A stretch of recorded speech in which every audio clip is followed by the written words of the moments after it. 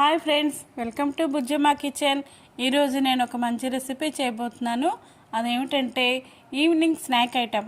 అది నేను ఇప్పుడు బోండా చేయబోతున్నాను. అది మీకు చేసే విధానం అంతా చూపిస్తాను. రోల్స్కి తయారు చేసే విధానం మీకు చూపిస్తానండి.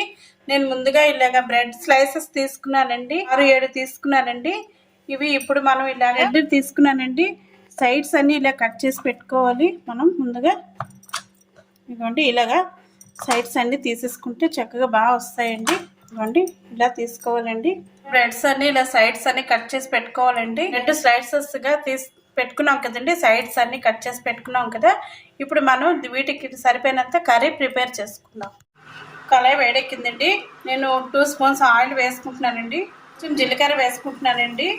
ఇలా కట్ చేసుకొని పచ్చిమిర్చి వేసుకుంటున్నానండి. 2 పచ్చిమిరపకాయలు వేసాను. చిన్న ఉల్లిపాయలు అండి, చిన్న ముక్కలుగా కట్ చేసుకుని వేసుకున్నాను. చిన్న ముక్కలండి, క్యారెట్ ముక్కలు వేసుకున్నాను. పిల్లలకి క్యారెట్ తినమంటే తినరు కదండి కర్రీలోని. ఇలాగా మనం స్నాక్స్ ఏమైనా స్నాక్స్ చేసేటప్పుడు ఇలా వేసుకొని ఇలాగ చక్కగా కర్రీలోని ఇలా చేసి పెడితే చక్కగా తినేస్తారండి. ఉందండి ఉల్లిపాయలతో సహా అటు అది కూడా కరెక్ట్గా. క్యారెట్ కూడా వేగిపోయి చక్కగా ఇలాగ వేగిపోయి చూసారా. క్యారెట్ కూడాను పిల్లలకి చాలా మంచిదండి క్యారెట్ పెట్టడం.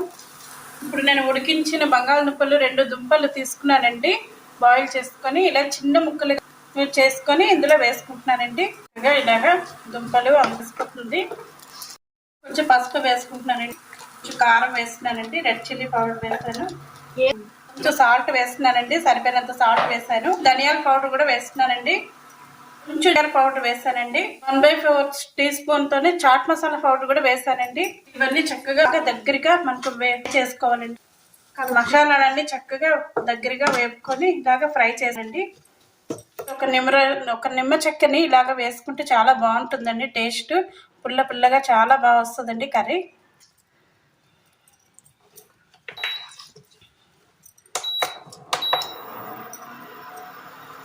ఇంత బాగా వచ్చిందండి కర్రీ. ఇదిగోండి అన్నీ కలిసిపోయి బాగా ఫ్రై అయ్యేయండి.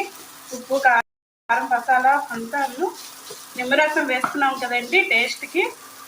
అందుకు ఇప్పుడు చక్కగా బాగా కలుపుకోవాలి.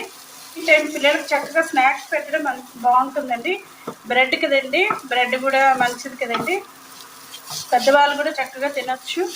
గెస్ట్లు వచ్చేటప్పుడు మనం వెంటనే ఇంట్లో బ్రెడ్ ఉంటుంది కదండి, అందరికీ ఇలాగ చేసి పెట్టేసుకోవచ్చు. బయట నుంచి తెచ్చుకోవాల్సిన పనే ఉండదండి. కర్రీ చూసారా చక్కగా వేగిపోయింది. దుంపలు క్యారెట్ అంతా మసాలా అంతా కదా అదంతా బాగా వేగిపోయింది.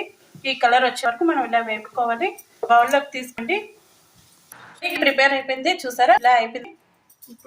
ఇప్పుడు బ్రెడ్ ని అంతా కర్రీని పెట్టాం, స్టఫింగ్ చేసుకుందామండి. ఇప్పుడు ఇలాగ ఒక గిన్నెలోని వాటర్ ఇవ్వండి, బ్రెడ్ అంతా ఇలాగా వేసుకోవాలి. ఇలాగా చేసుకోవాలి. ఇవ్వండి ఇలాగ వాటర్ అంతా నాకు ప్రెస్ చేస్తే వాటర్ అంతా వచ్చేస్తుంది. కొంచెం కర్రీ పెట్టుకోవాలండి. ఇందులో ఇలాగా ఇలాగ పెట్టుకొని రోల్గా చేసేసుకోవాలి. ఇవ్వండి ఇలా ప్రెస్ చేస్తూ బాల్గా తయారు చేసుకోవాలి. కర్రీ అంతా లోపల ఉండేటట్టుగా మనం చేసుకోవాలి. ఇప్పుడు మనం ఇలా చేసుకున్నామండి. బాల్స్ అన్ని పెట్టుకొని మనం ఆయిల్ పెట్టుకొని డీప్ ఫ్రై చేసుకుందాం. అలా వేడెక్కిందండి, ఆయిల్ వేసుకుంటున్నాను. సరిపోయినంత ఆయిల్ వేసుకున్నాను. ఆయిల్ వేడెక్కిందండి.